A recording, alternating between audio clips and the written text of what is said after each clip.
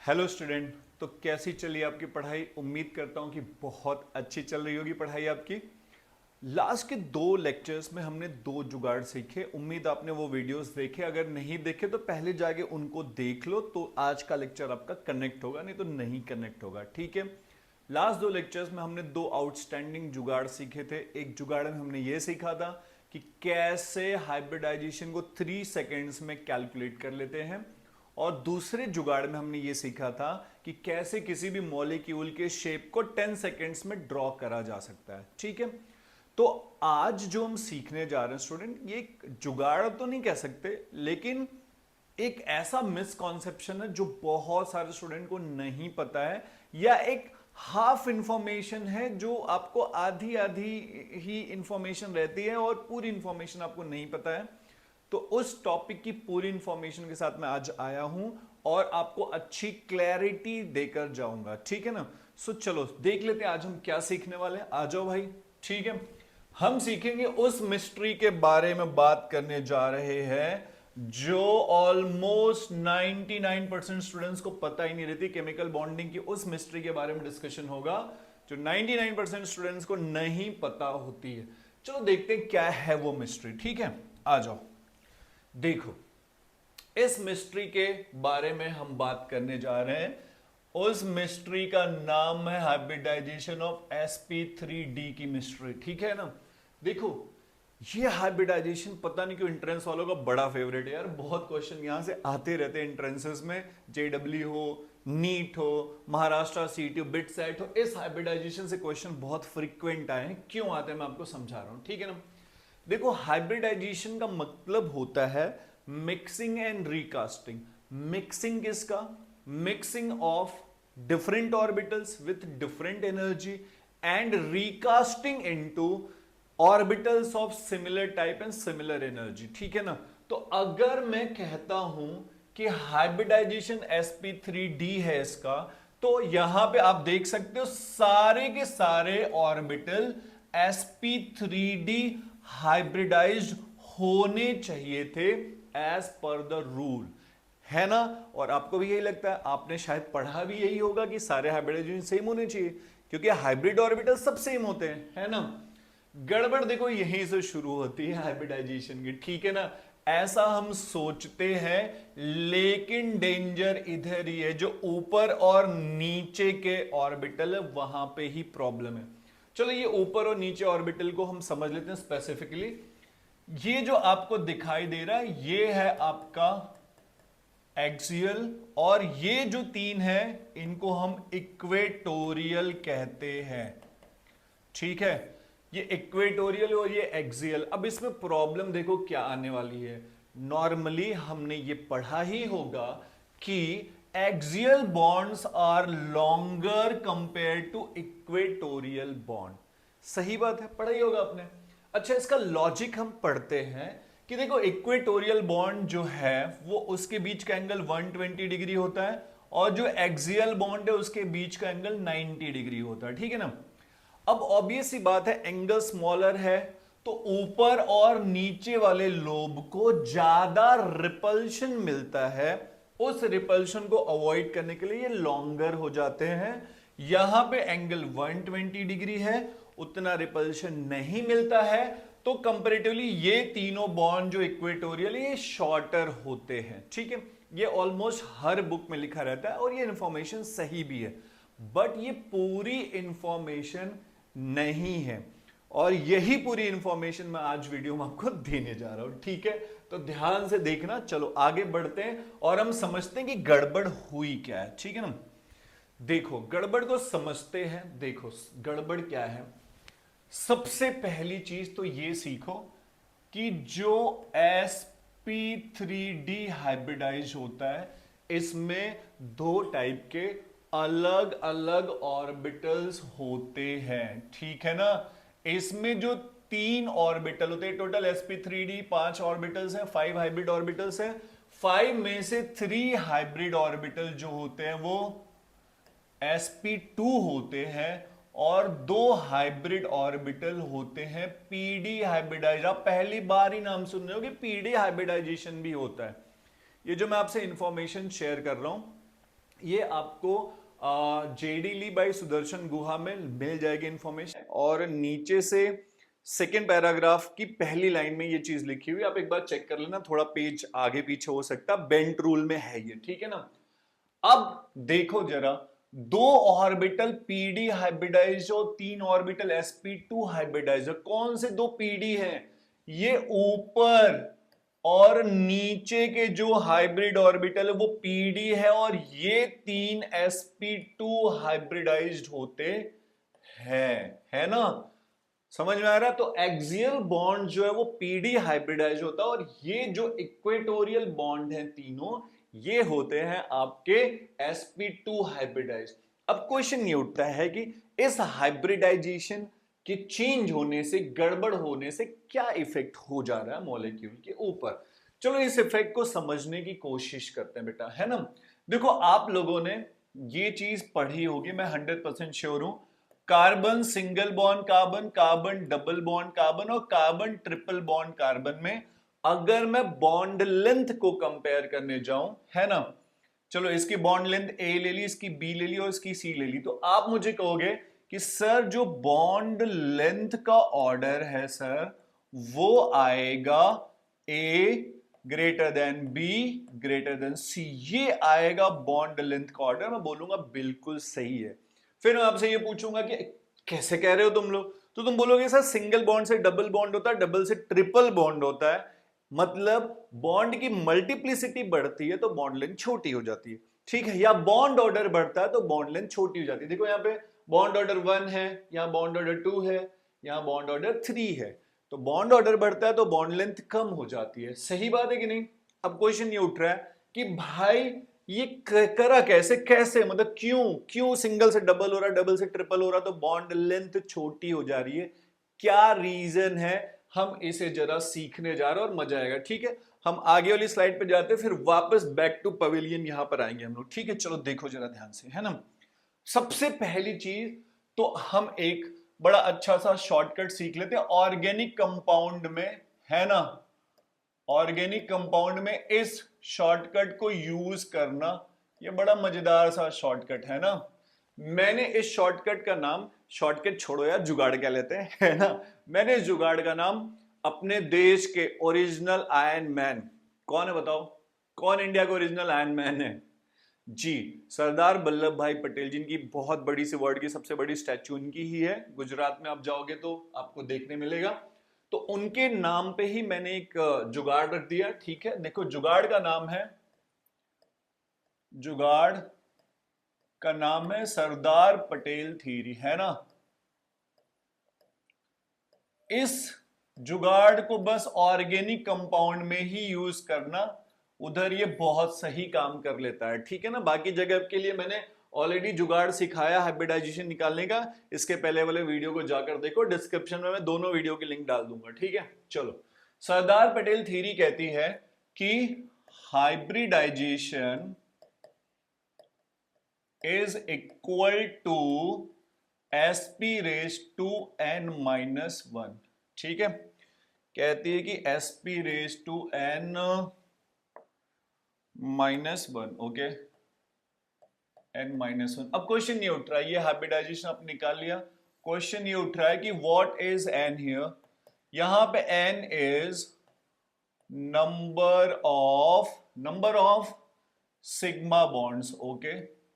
चलो, या फिर इसे आप ये भी लिख सकते हो नंबर ऑफ, है ना, इलेक्ट्रॉन पेयर्स।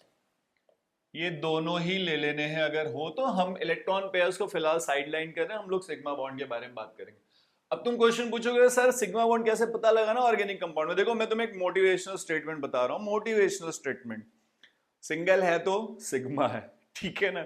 सिंगल है तो सिग्मा है, मतलब सिंगल बॉन्ड है तो सिग्मा ही होने वाला। देखो ध्यान से, हाँ कहीं कहीं पे ये गड़बड़ हो जाती है, C2 में दोनों पाई बॉन्ड ही होते हैं, तो ठीक है, बट यहां पे ये काम कर जाएगा। देखो अब इसको यूज करते हैं और हाइब्रिडाइजेशन निकालते हैं ऑर्गेनिक कंपाउंड का। देखो फॉर एग्जांपल हमने मीथेन ले लिया, राइट।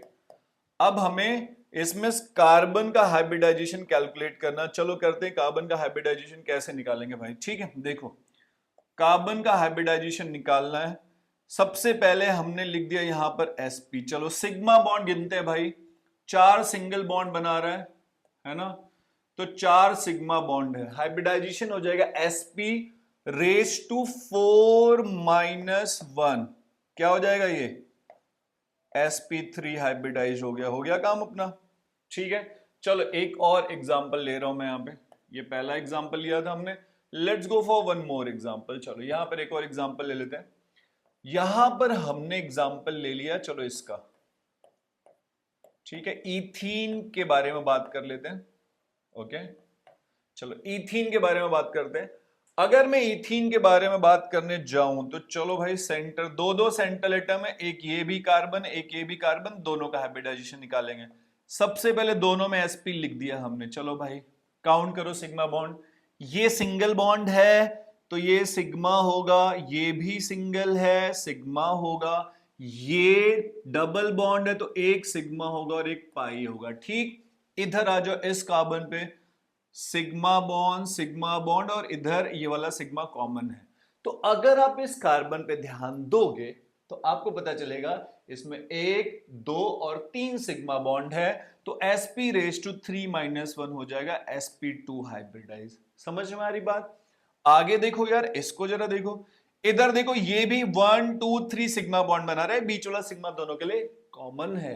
ठीक है, तो ये भी क्या हो जाएगा sp raise to 3 minus 1 sp2 hybridise. तो यहां पर हमने देखा कि दोनों के दोनों कार्बन sp2 हाइब्रिडाइज्ड है। चलो जरा ट्रिपल बॉन्ड के बारे में बात कर लेते हैं, देखो जरा ध्यान से, है ना, आ जाओ भाई। ट्रिपल बॉन्ड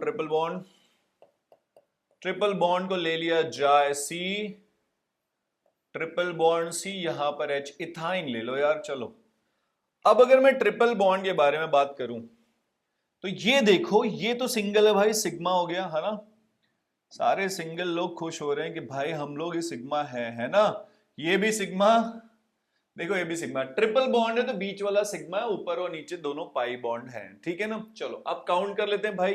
इस वाले कार्बन में sp लिख दिया, कितने सिग्मा बॉन्ड है 1 2, क्या हो जाएगा hybridisation sp raise to 2 minus 1, sp raise to 1, sp raise to 1 को sp लिख देना, कोई प्रॉब्लम मत क्रिएट कर लेना। ठीक है, ये भी सेम हो जाएगा, 2 ही सिग्मा बॉन्ड है इसके पास, तो यहां पे भी हम लोग लिख देंगे sp raise to 2 minus 1, sp raise to 1, sp लिख लेते हैं। ठीक है, तो यहां हमने बढ़िया जुगाड़ सीख लिया भाई। ऑर्गेनिक केमिस्ट्री में ये वाला टेक्निक यूज करना बहुत मस्त काम करती है, सरदार पटेल थ्योरी यूज करना, हाइब्रिडाइजेशन फाइंड आउट करने का, बड़े प्यार से तुम्हारा काम बन जाएगा। ठीक है ना, चलो आगे बढ़ते हैं थोड़ा, है ना।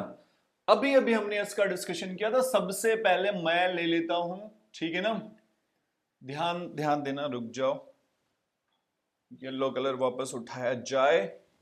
चलो देखना ध्यान से, मैंने ले लिया है C, सिंगल बॉन्ड C, ठीक है, यहां पे हाइब्रिडाइजेशन है हर एक कार्बन का sp3, इसका भी sp3 है। ठीक है ना, इस बॉन्ड को हमने, ये सिंगल बॉन्ड है, इस बॉन्ड को हमने A ले लिया। ठीक, आ जाओ भाई, कार्बन डबल बॉन्ड कार्बन में आ जाओ, है ना, इधर ये हाइब्रिडाइजेशन है sp2 और ये हाइब्रिडाइजेशन है sp2, इधर बॉन्ड लेंथ को हमने B ले लिया हुआ है।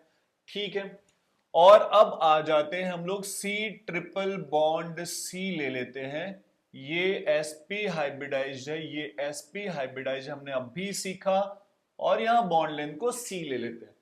अब हमें ये सीखना है कि बॉन्ड लेंथ A, B और C में क्या कंपैरिजन, हमने पढ़ा ही है पहले से कि बॉन्ड लेंथ A सबसे बड़ा होगा, फिर B आएगा, C सबसे छोटा होगा। अब हम समझने जा रहे हैं क्यों, उसका लॉजिक समझो। ठीक है ना, चलो उसके लॉजिक को समझने के लिए हमें थोड़ा सा आना पड़ेगा ऑर्बिटल्स के पास। देखो सुनो ध्यान से ना, अगर मैं s ऑर्बिटल के बारे में बात करूं, तुम्हें पता है s ऑर्बिटल स्फेरिकल होता है, राइट ना, और अगर मैं p ऑर्बिटल के बारे में बात करूं तो तुम्हें पता p ऑर्बिटल डंबल शेप होता है, ऐसे होते हैं। ठीक है ना, अगर मैं दोनों को एक साथ ड्रॉ करूं, चलो मैंने कह दिया कि ये 2s है और ये 2p है, अगर मैं दोनों को एक साथ ड्रॉ करूं, देखो पूरा गेम इधर ही है, अगर मैं दोनों को एक साथ ड्रॉ करूं तो देखना कैसे बनेंगे, पूरा गेम यही है ना। ये सेंटर है, ठीक। अब देखो यहां से हमने क्या किया, इसको ऐसे ड्रॉ किया, दिखाई दे रहा है। तो अगर आप ध्यान से देखोगे तो लेंथ वाइज पी ऑर्बिटल ज्यादा लंबे होते कंपेयर टू एस ऑर्बिटल के, ठीक है ना। अब देखो मैं तुम्हें बता रहा हूं प्यार से ना, प्यार से हम लोग एस ऑर्बिटल स्फेरिकल है, इसको प्यार से बुलाएंगे गोलू, है ना। और पी ऑर्बिटल थोड़े से लंबे हैं तो हम इनको प्यार से बुला लेंगे लंबू, है ना। तो अभी हमें गोलू और लंबू के बारे में समझना है, ठीक है। ध्यान से समझना, पूरा मजा यही आने वाला। तो अगर किसी के पास ज्यादा एस कैरेक्टर तो उसका गोलू कैरेक्टर ज्यादा है, ठीक है। और अगर किसी के पास ज्यादा पी कैरेक्टर तो उसके पास लंबू कैरेक्टर ज्यादा है। यहीं पर गेम है। अब क्वेश्चन ये उठ रहा है कि कैसे पता चलेगा कि किस में एस कैरेक्टर कितना। हम ये ऑलरेडी पढ़ चुके होंगे, फिर से मैं आपको बता दे रहा हूं। अगर मैं बात करूं sp3 हाइब्रिडाइजेशन की, तो sp3 के अंदर एक s है और 3 p है, टोटल है 4 लोग। 100% को 4 पार्ट में डिवाइड कर दो तो कितना हो जाएगा 25%। एक पार्ट s को दे दो, 3 पार्ट p को दे दो, तो परसेंट एस कैरेक्टर यहां पे कितना हो जाएगा बताओ। परसेंट एस कैरेक्टर हो जाएगा 25% और परसेंट पी कैरेक्टर हो जाएगा आपका 75%। आई होप ये क्लियर है, ठीक। अगर मैं बात करूं sp2 हाइब्रिडाइजेशन की, तो बेटा इसमें एक s है और 2 p है, टोटल हो गए 3।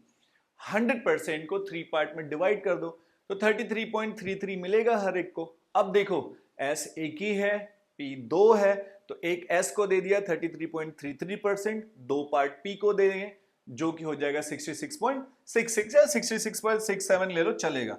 तो इस केस में परसेंट S कैरेक्टर कितना आ गया भाई 33.33%, है ना। और परसेंट पी कैरेक्टर हो गया 66.67%। 66 भी लिख सकते हो, 67 भी लिख सकते हो, चल जाएगा, कोई टेंशन नहीं।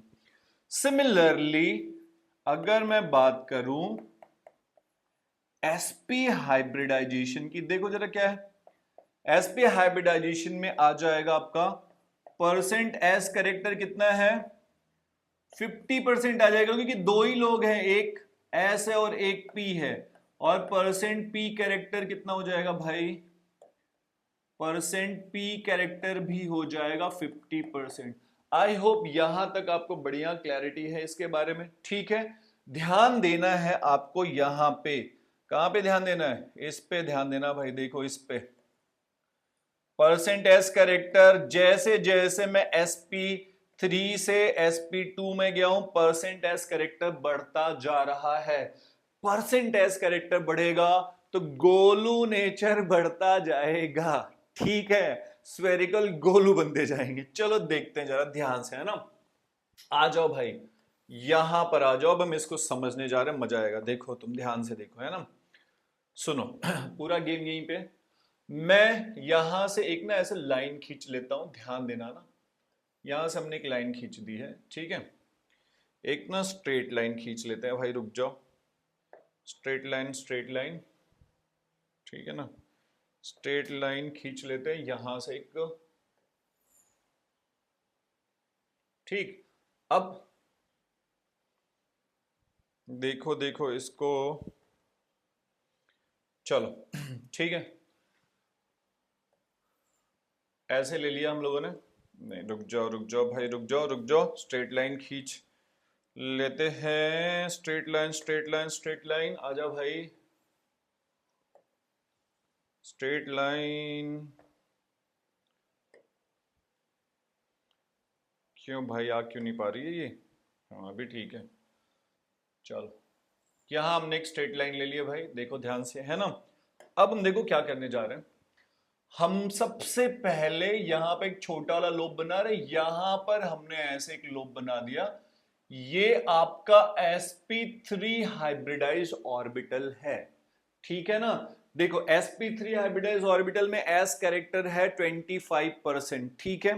अब जैसे ही मैं आगे बढ़ता हूं और मैं sp2 हाइब्रिडाइजेशन की बात करूं, s कैरेक्टर बढ़ गया, s कैरेक्टर बढ़ते ही हाइब्रिड ऑर्बिटल का गोलू नेचर बढ़ेगा, तो ये कुछ इस तरीके से हो जाएगा। तुम देखो यहां लॉन्गर था ऑर्बिटल, यहां पे भी थोड़ा स्फेरिकल होता जा रहा है, क्योंकि स्फेरिकल नेचर बढ़ रहा है एस कैरेक्टर बढ़ने के साथ, ठीक है।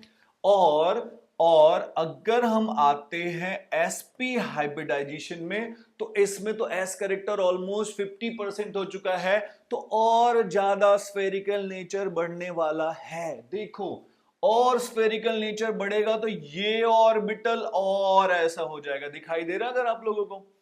अब अगर इसे ध्यान से देखो आप लोग, तो बॉन्ड लेंथ यहां पर sp3 वाले की कितनी हो जा रही भाई, ये a है, यहां पे अगर आप देखोगे तो ये b है, और यहां पे देखोगे बॉन्ड लेंथ ऑलमोस्ट c। अगर आपको दिखाई दे रहा होगा तो क्लैरिटी वाइज समझते जा रहा है कि जब हाइब्रिडाइजेशन sp3 से sp2 जा रहा, स्फेरिकल नेचर बढ़ रहा है, ऑर्बिटल और स्फेरिकल हो रहा है, जिसकी उसकी लेंथ कम हो रही है। फिर sp2 से sp में गया तो और ज्यादा स्फेरिकल हो गया, और उसकी लेंथ क्या हो गई भाई, कम हो गई है। यही रीजन है कि जब बॉन्ड यहां पर देखो सिंगल है, sp3 है, sp2 है और sp है, समझ में आ रहा है। इसी रीजन से जब हाइब्रिडाइजेशन चेंज हो रहा है तो बॉन्ड लेंथ भी अफेक्ट होती है। इसीलिए सिंगल बॉन्ड की लेंथ सबसे ज्यादा, ये सिंगल बॉन्ड उसका ऑर्बिटल, ये डबल बॉन्ड उसका ऑर्बिटल, ये ट्रिपल बॉन्ड उसका ऑर्बिटल। इसीलिए जब बॉन्ड सिंगल से डबल होता है, डबल से ट्रिपल होता है, उसका हाइब्रिडाइजेशन चेंज होता है, और हाइब्रिड ऑर्बिटल की लेंथ भी अकॉर्डिंगली चेंज होती है। तो आई होप आपको ये क्लैरिटी आ गई कि कैसे सिंगल से डबल बॉन्ड और डबल से जब ट्रिपल होता है तो बॉन्ड लेंथ छोटी होती जाती, ठीक है। तो अभी अभी हमने जो ये कॉन्सेप्ट पढ़ा है दोस्तों, इसे हम यूज करने जा रहे हैं आगे हाइब्रिडाइजेशन वाले फंडे पर। आ जाओ जल्दी फटाफट, ठीक है ना। तो अब अगर मैं बात करूं स्टूडेंट्स, है ना, चलो वापस आ जाते हैं हम लोग sp3d हाइब्रिड ऑर्बिटल के ऊपर। देखो जरा ध्यान से, तो बेटा sp3 हाइब्रिड ऑर्बिटल में अभी अभी हमने सीखा कि चलो एक को सेंटर पे रख ले रहा हूं, a सेंटर पे है, ये है 3 लोग, है ना। ऊपर और नीचे वाले ऑर्बिटल क्या हैं, ये एक्सियल ऑर्बिटल pd हाइब्रिडाइज्ड होते हैं, और ये जो इक्वेटोरियल ऑर्बिटल है ये sp2 हाइब्रिडाइज्ड है। ओके, क्लैरिटी आ रही है। अगर ध्यान से देखोगे तो ऊपर और नीचे वाले में s कैरेक्टर है ही नहीं। अगर उसमें s कैरेक्टर नहीं है, कितनी मजेदार बात है भाई, उनकी बॉन्ड लेंथ लंबी होगी ना। इधर वाली जनता के पास s कैरेक्टर है, स्फेरिकल नेचर है, इस वजह से इनकी बॉन्ड लेंथ क्या होती है, छोटी होती है, एस कैरेक्टर होने की वजह से। ऐसा भी बोल सकते हो कि एस कैरेक्टर बढ़ेगा तो बॉन्ड लेंथ कम हो जाएगी। ऊपर नीचे एस कैरेक्टर नहीं है, इसी वजह से उनकी लेंथ लॉन्गर होती है कंपेयर टू इक्वेटोरियल बॉन्ड। ये है एग्जैक्ट दूसरा रीजन जो किसी स्टूडेंट को पता नहीं होता है। तो एक्सियल बॉन्ड लेंथ लॉन्गर क्यों होते हैं, दो रीजन। पहला रीजन कि उनका एंगल छोटा होता है, 90 डिग्री का है, इक्वेटोरियल 120 का है। छोटे एंगल से उनको रिपल्शन मिलता है, उस रिपल्शन को अवॉइड करने के लिए ऊपर नीचे के बॉन्ड लंबे हो जाते हैं, ये एक रीजन। एक और रीजन है कि ऊपर और नीचे वाले जो हाइब्रिड ऑर्बिटल्स होते हैं वो पीडी हाइब्रिडाइज्ड होते हैं, और उनमें एस कैरेक्टर नहीं होता है, जबकि जो इक्वेटोरियल के 3 है उसमें एस कैरेक्टर होता है, और एस कैरेक्टर होने की वजह से उसकी बॉन्ड लेंथ छोटी होती है। ये दूसरी इंफॉर्मेशन बहुत क्रूशियल है। इससे एक बहुत अमेजिंग सा रूल आता है, जब हम उसको पढ़ते हैं उस रूल को समझने की कोशिश करते हैं, ठीक है ना। और ठीक है, और वो रूल जिसके बारे में मैं बात करने जा रहा हूं, ठीक है ना, वो रूल देखो क्या है। वो रूल बहुत सही है, वो रूल है बेंट रूल। देखो ठीक है ना, we are going to talk about bent rule. Amazing सा रूल है, जरा देख लो क्या है। और ये रूल भी लोगों को बड़ा आधा अधूरा पता रहता। सुनो, बेंट रूल कहता है, बेंट रूल का पहला पॉइंट पता है क्या? बेंट रूल का पहला पॉइंट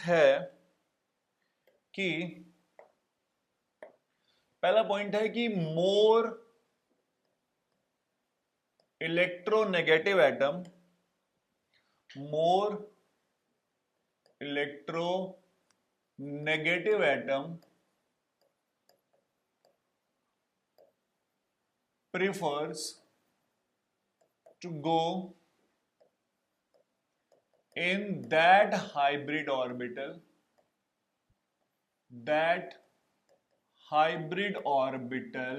है ना, which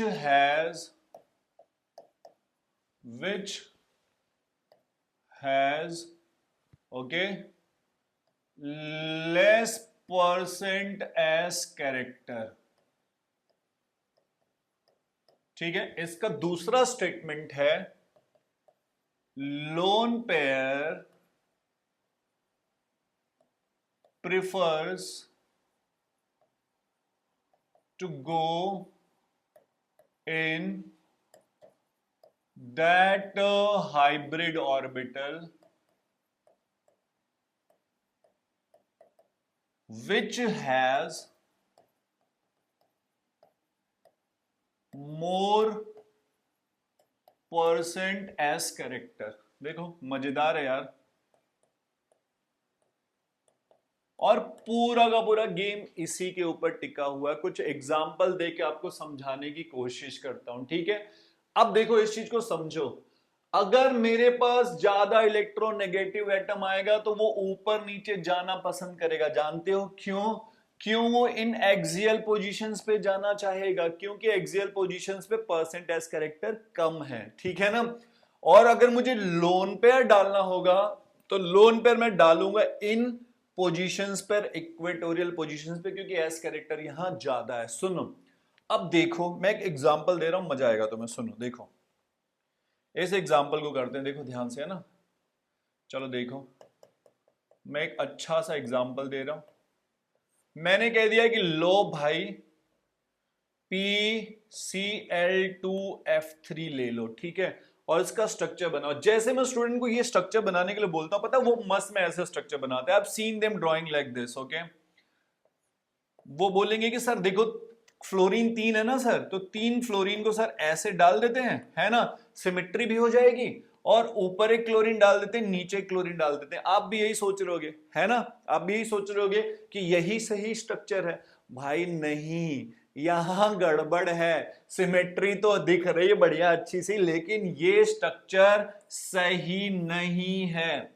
सही स्ट्रक्चर क्या? अब तुम मुझे बताओ कि क्लोरीन और फ्लोरीन में ज्यादा इलेक्ट्रोनेगेटिव एटम कौन सा है? फ्लोरीन है। तो पहले फ्लोरीन तुम्हें ऊपर और नीचे रखना पड़ेगा, क्योंकि मोर इलेक्ट्रोनेगेटिव एटम उस हाइब्रिड ऑर्बिटल में जाएगा जहां एस कैरेक्टर कम है। ये दोनों पीडी हाइब्रिडाइजर, यहां एस कैरेक्टर नहीं है, तो आपको इधर ही जाना है। आई होप आपको समझ में आ रही बात। अब एक फ्लोरीन बचा है हमारे पास, कोई ऑप्शन नहीं, उसको यहां डाल दो, 2 क्लोरीन यहां डाल दो। ये सही स्ट्रक्चर है। बी सुपर डुपर केयरफुल, ठीक है। चलो कुछ और एग्जांपल्स मैं लेना चाहूंगा, देखो ध्यान देना तुम लोग, ठीक है ना। ये वाला एग्जांपल हमने लास्ट वाली वीडियो में भी लिया था, ठीक है ना। देखो एग्जाम्पल उठा लेते हैं स्टूडेंट SF4 का। चलो इसका हाइब्रिडाइजेशन अगर देखोगे, हाइब्रिडाइजेशन कैसे कैलकुलेट करते हैं उसका जुगाड़ इसके पहले वाले वीडियो में बना चुका हूं, लिंक दे दूंगा डिस्क्रिप्शन में, जाके पहले देख लेना। इसका हाइब्रिडाइजेशन होता है sp3d, ठीक है ना। तो हम लोग सल्फर को रखेंगे सेंटर पे, ठीक है ना, सल्फर को सेंटर पे रखेंगे। अब फ्लोरीन मोर इलेक्ट्रोनेगेटिव है, फ्लोरीन मोर इलेक्ट्रोनेगेटिव, तो पहले फ्लोरीन ऊपर और नीचे डाल देना है, ठीक है। और बचे हुए 2 फ्लोरीन यहां डालना। लोन पेयर में यहां डाल रहा हूं, क्या पढ़ा हमने बेंट रूल में? हमने बेंट रूल में पढ़ा है स्टूडेंट कि lone pair prefers to go to that orbital which has more s character. तुम्हें नहीं लग रहा है कि ये तीनों sp2 हाइब्रिडाइज वाले इसमें एस कैरेक्टर है, ऊपर दोनों pd है उसमें एस कैरेक्टर नहीं है, इसीलिए मैंने लोन पेयर यहां डाला। अगर तुम इस लोन पेयर को ऊपर नीचे में कहीं पे भी डाल दोगे पूरा स्ट्रक्चर गड़बड़ हो जाएगा, इसीलिए हम लोग लोन पेयर को यहीं पर इक्वेटोरियल में डाल रहे हैं। और फिर हम लोन पेयर की जब टांगे तोड़ के इसका स्ट्रक्चर देखते हैं तो ये हमें जो स्ट्रक्चर दिखता है, मैं ऑलरेडी लास्ट वीडियो में ये कवर कर चुका हूं, फिर से बता दे रहा हूं, इस स्ट्रक्चर को कहा जाता है सीसॉ, क्योंकि अगर आप इसको ध्यान से देखोगे तो ये सीसॉ जैसा दिखता है, इसको सीधा करोगे सीसॉ जैसा दिखेगा, ठीक है ना।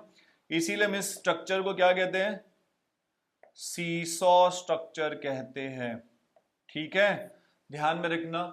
चलो एक और क्वेश्चन उठा रहा हूं मैं, स्टूडेंट्स देखना, एक और क्वेश्चन उठाते हैं। चलो क्वेश्चन नंबर 3 पे ध्यान दो, ये ले लेते हैं हम लोग ICl2 -1, ठीक है। इसको जरा देखते हैं भाई, देखो ICl2 में फिर से मैं आपको बता दे रहा हूं, इसका हाइब्रिडाइजेशन sp3d आएगा, इसको करने का जुगाड़ सिखा चुका हूं। देखो तो आयोडीन को सेंटर पे डाल के सबसे पहले हमने इसका बेसिक स्ट्रक्चर ड्रॉ कर लिया है। अब हमारे पास दो क्लोरीन है, स्टूडेंट ध्यान देना, दोनों क्लोरीन हम लोग ऊपर और नीचे ही डालेंगे क्योंकि इलेक्ट्रोनेगेटिव एटम ऊपर और नीचे आता है, और तीन की तीनों लोन पेयर इक्वेटोरियल पे डालोगे क्योंकि लोन पेयर उस ऑर्बिटल में जाएगा जहां एस कैरेक्टर ज्यादा है, ठीक है। चलो भाई, तो अब इसको ऐसे भी लिख लेते हैं, चलो -1 भी लिख ही लेता हूं। अगर इनके लोन पेयर की टांगे तोड़ दो टांग तोड़ थ्योरी वाले जुगाड़ से, तो ये आपको स्ट्रक्चर दिखेगा कुछ ऐसा, 1 2 3 4 5 6 लोन पेयर बना दिए, ये स्ट्रक्चर ऐसा दिखेगा, और स्ट्रक्चर को कहेंगे हम लोग linear structure. I hope you guys are getting this thing right. चलो एक और एग्जांपल लेते हैं भाई, है ना। फोर्थ एग्जांपल मैं ले लेता हूं I3 -1, ये 2-3 साल पहले JEE मेन में आया हुआ क्वेश्चन, I3 -1 के ऊपर टोटल लोन पेयर्स पूछे हुए थे, ठीक है। देखो जरा ध्यान से, टोटल लोन पेयर पूछे थे या सेंटर एटम पे पूछे थे एग्जैक्टली मुझे ध्यान में नहीं आ रहा, बट लोन पेयर्स ही पूछा था। चलो इसको जरा देख लेते हैं। अब यहां पे 3-3 आयोडीन है, तो एक काम कर लेते हैं, एक आयोडीन को सेंटर रख लेते हैं, 2 आयोडीन को सराउंडिंग रख लेंगे, ठीक है। तो जो सेंटर वाला आयोडीन है उसका हाइब्रिडाइजेशन आता है sp3d, है ना, ये जुगाड़ सिखा चुका हूं, जाके वीडियो देखो वापस, ठीक है। तो चलो आयोडीन को सेंटर पे रखा, फिर से हमने ऐसे ड्रॉ कर लिया, ठीक है। जो दो आयोडीन है वो ऊपर नीचे डालेंगे हम लोग बेंट रूल यूज करते हुए, तीनों लोन पेयर इक्वेटोरियल पे डाल दो भाई, है ना, इस पे -1 का चार्ज है। अब इसका अगर मैं टांग तोड़ थ्योरी यूज करके लोन पेयर की टांगे तोड़ दूंगा तो ये स्ट्रक्चर मुझे कुछ ऐसा दिखाई देगा, ठीक है। 1 2 3 4 5 6 तीनों लोन पेयर यहां डाल दो, -1, ये भी स्ट्रक्चर आपका लीनियर स्ट्रक्चर है, ठीक है ना। ये सारे स्ट्रक्चर गलत हो जाएंगे अगर हमें बेंट रूल पता नहीं होगा, सब गड़बड़ मार दोगे, मैं क्लियर समझा रहा हूं तुम्हें, ठीक है ना। सारे स्ट्रक्चर में तुम गड़बड़ ही करने वाले हो, ठीक है, ओके। चलो इसमें एक और एग्जांपल मैं ले लेता हूं, चलो इतने हमने कर ही लिए हैं तो एक और एग्जांपल चोरी कर ही लेते हैं, ठीक है। हमने ले लिया, अच्छा कितने एग्जांपल ले लिए भाई हम लोगों ने, 4 ले लिया है, 5th ले लेते हैं।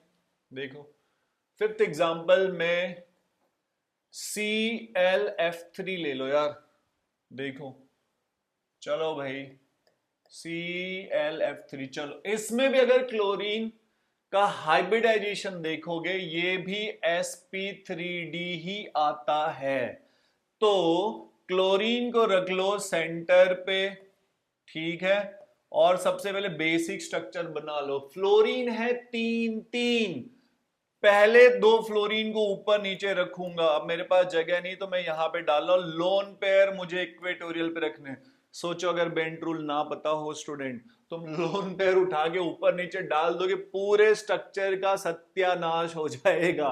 तो ध्यान रखना, बेंट रूल ही यूज करना भाई, ठीक है। तो अब क्या करेंगे भाई, इसकी टांगे तोड़ दो लोन पेयर की, है ना। लोन पेयर की टांगे तोड़ने के बाद ये स्ट्रक्चर आपका कुछ इस तरीके से दिखाई देगा, है ना। थोड़ा सा दो दो लोन पेयर थोड़ा सा टेढ़ा बना लेता हूं फ्लोरीन को, क्योंकि थोड़ा सा बॉन्ड पेयर के रिपल्शन की वजह से ये ऐसा हो जाता है ना। इसको हम लोग टी शेप कहते हैं। अगर आप देखोगे तो टी जैसा दिख रहा होगा, इसको हम लोग टी शेप कहते हैं, या फिर हम इसको एरो शेप भी कहते हैं, ठीक है। तो ये पूरी क्लैरिटी तभी आएगी जब तुम्हें बेंट रूल पता हो। तो मिसकॉन्सेप्शन स्टूडेंट ये था कि sp3d हाइब्रिडाइजेशन कहीं ना कहीं हाइब्रिडाइजेशन की थ्योरी को फेल कर देता है, ठीक है ना। फेल हो जाता है हाइब्रिडाइजेशन थ्योरी। और दो अलग अलग टाइप के हाइब्रिड ऑर्बिटल्स होते हैं जिसमें बेंट रूल लगा के सही स्ट्रक्चर बनाया जाता है। इस वीडियो में हमने ये भी सीखा कि कैसे सिंगल से डबल बॉन्ड, डबल बॉन्ड से ट्रिपल बॉन्ड होता है तो बॉन्ड लेंथ छोटी हो जाती है, ठीक है। तो आज की वीडियो के लिए इतना ही रखते हैं। और भी बहुत सारे मॉलिक्यूल्स आपकी बुक में, आपके दिमाग में आ रहे होंगे, कमेंट सेक्शन ओपन है भाई, डाल दो वहां पे, ठीक है। जो मॉलिक्यूल तुम्हें लग रहा होगा कंफ्यूजिंग है, डिफिकल्ट है, डाल दो, मैं उसका वीडियो बना दूंगा, ठीक है। और इतने दूर तक आए हो, वीडियो लास्ट तक देखा तुमने, तो प्लीज वो सब्सक्राइब वाला बटन है, जाके उसके साथ थोड़ा केमिकल रिएक्शन करा दो और बेल आइकन भी प्रेस करके रखो, सो दैट आगे जो नेक्स्ट जुगाड़ नंबर 4 है वो भी बहुत अमेजिंग सा जुगाड़ है, उसको भी हम लोग सीखेंगे और उससे रिलेटेड नोटिफिकेशन आपको आ जाए, ठीक है। Thank you so much, keep studying, stay happy.